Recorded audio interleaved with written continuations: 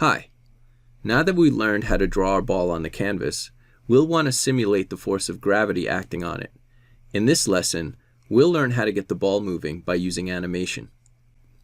Although we're assuming you know some of the basics of animation and mechanics, we'll do a quick review to get you up to speed. Some of the topics we'll be reviewing include animation, velocity, and acceleration. One of the big questions we'll be answering in this lesson is, how can we animate the ball in our simulation? Let's review animation. Animation is the process of changing an image over time, or from one frame to the next. If you've ever seen a flip book, it's the same idea. Both cartoons and video games are created using this principle. For our simulation, we'll be changing the location of the ball on the canvas and redrawing the canvas very quickly. Our eyes will perceive the ball as moving.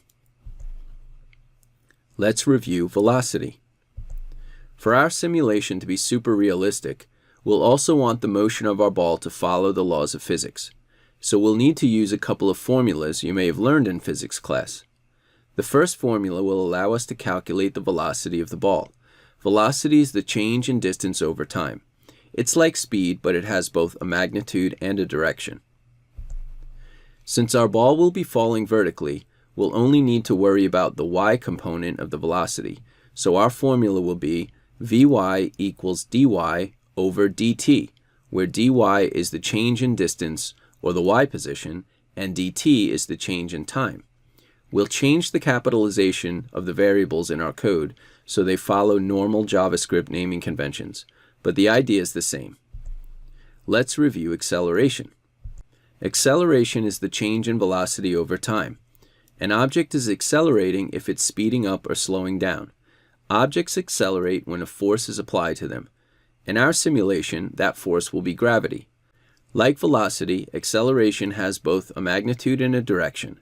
But for now, we'll only be simulating the acceleration due to gravity, so we'll only need to calculate it for the y direction.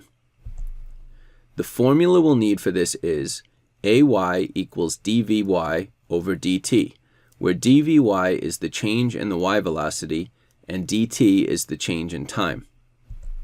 Now for the coding part. We'll continue from where we left off in our last exercise. So now, let's get this ball in motion. First, we'll want to add some more constants to the top of our program. Pixels per meter is going to allow us to determine the scale of our canvas. This can be anything we want, but for now we'll scale our canvas so that we'll consider from top to bottom to be 3 meters.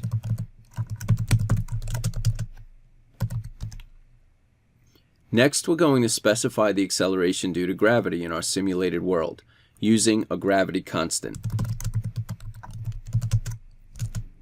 If we want to simulate the gravity on Earth, this would be 9.8 meters per second squared. But again, this can be whatever you want it to be. For now, we'll simulate Earth's gravitational force.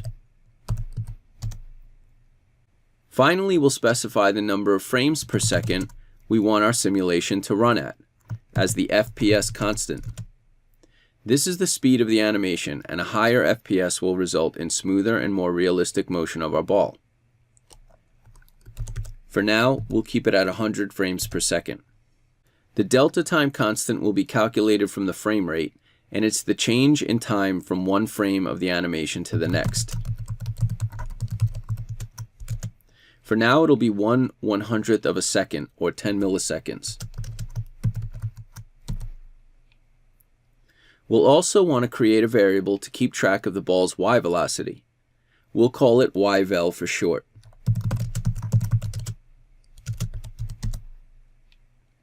Now, in order to update the location of our ball, we'll need to define a new function. We'll call this function updateBall.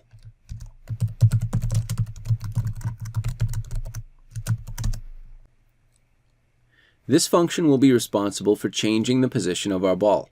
We'll be telling the computer to call this function repeatedly, once every 10 milliseconds, in order to create the illusion that our ball is moving. JavaScript allows us to define new functions so that we can use them repeatedly in our code. You can think of defining a function like teaching the computer a new command. Now for the fun part. We'll update the location of the ball within this function by first calculating the change in velocity based on the acceleration due to gravity.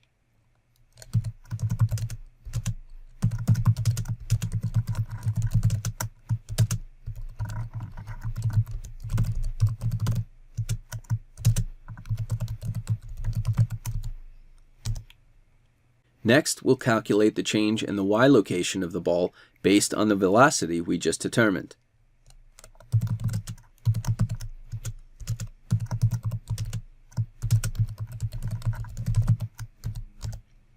We'll also call the ball.move function to do the actual moving of the ball. This moves the ball relative to its current position. We won't be moving it in the x direction, so the first argument will be 0. The second argument will be the change in the y position in pixels. Finally, we'll modify the start function by adding a call to the setTimer command. We'll use this to repeatedly call our updateBall function once every 10 milliseconds.